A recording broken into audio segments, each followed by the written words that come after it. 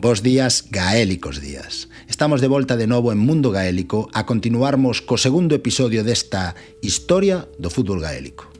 Hoxe viaxamos entre 1884 e 1887, 3 anos nos que o deporte deixa de ser unha tradición sen centro e pasa a ter unha casa, unhas regras e unha ambición nacional. Estamos en outono de 1884. Irlanda vive un tempo de efervescencia cultural e social. Hai asociacionismo, hai prensa militante e hai unha sensación cada vez máis clara de que moitas tradicións propias están sendo acantoadas nun recuncho da vida social. No deporte, mentras tanto, os códigos organizados chegados da Gran Bretaña avanzan con método, clubs e calendarios.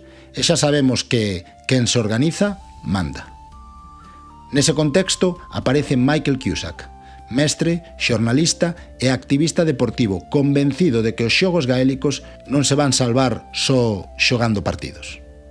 Cusack ten unha idea fixa: se o propio non se organiza, acaba desaparecendo. E por iso insiste, escribe, empurra e chama á acción desde a prensa nacionalista. A proposta atopa resposta. Entre quen recolle a luva está Maurice Davin, atleta recoñecido e figura respetada no deporte irlandés. Davin achega algo decisivo, prestixio, orde, credibilidade. Onde Cusack pon a faísca, Davin pon a estrutura. E entón chega o corte que cambia a historia.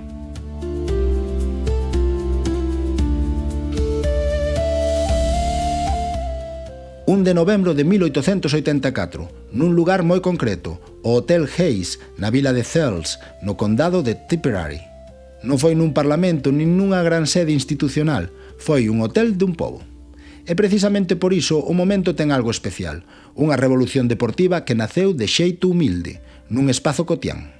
Sobre esa reunión hai debate historiográfico, non sabemos con certeza cantas persoas estaban presentes, pero as fontes da propia Asociación Atlética Gaélica coinciden nun núcleo de 7 fundadores.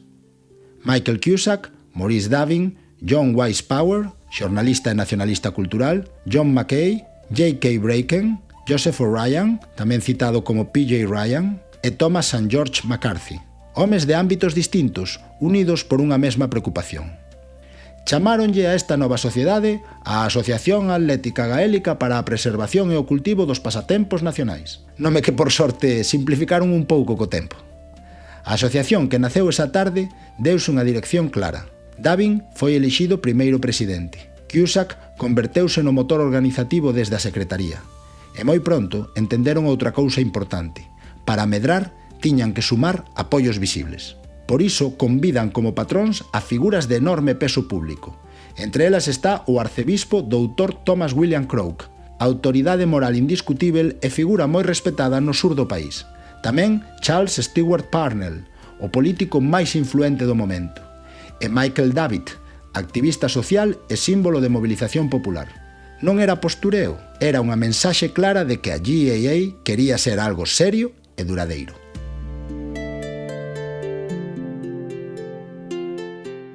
O seguinte paso chega a Xiña. En decembro de 1884, na segunda convención da asociación, adóptanse as primeiras regras oficiais do hurling e do fútbol gaélico. Por primeira vez establécese un código común, equipos de entre 15 e 21 xogadores, presenza de árbitros e de 2 xuíces de banda e dimensións mínimas do campo. Non son regras perfectas, pero son compartidas, e iso o cambia todo. En 1885, Davin volve a ter un papel clave na estandarización definitiva destas normas, tamén no atletismo. A partir de aí, a maquinaria ponse en marcha. As regras imprímense, espállanse pola prensa e chegan aos condados en forma de panfletos. Coa regra, chega ao club, e co club, o partido baixo un mesmo código. O que antes era simplemente fútbol, pasa a ser recoñecible como fútbol gaélico. Xa non depende do costume local, senón dunha estrutura común que permite xogar o mesmo xogo en distintos lugares.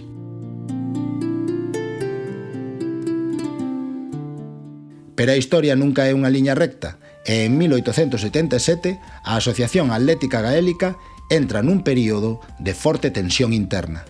As diferenzas políticas ligadas ás relacións entre a Irmandade Republicana Irlandesa e o Partido Parlamentario Irlandés rachan a unidade inicial. No Congreso Anual dese ano, Maurice Davin perde a presidencia fronte a Edward Bennett. Parte da antiga dirección abandona a asociación e mesmo se anuncia a creación dunha entidade rival que non chegará a consolidarse. Hai tamén un xesto moi significativo do momento, o afastamento temporal do arcebispo Crook. Cando unha figura así se aparta é que a crise vai en serio. E porén, mesmo dividida, a semente xa está botada. En 1887 comezan a organizarse as primeiras competicións entre condados, o xerme dos campeonatos All Ireland. As finais xogaránse en 1888, en parte polas dificultades organizativas do período, pero a idea xa non ten volta atrás. O fútbol gaélico entra definitivamente na era das competicións nacionais. E aquí imos deixar este segundo episodio. No seguinte veremos como esas primeiras competicións axudan a consolidar o xogo e como o caos inicial vai dando paso a unha autoridade deportiva propia. Como sempre, vémonos nos campos.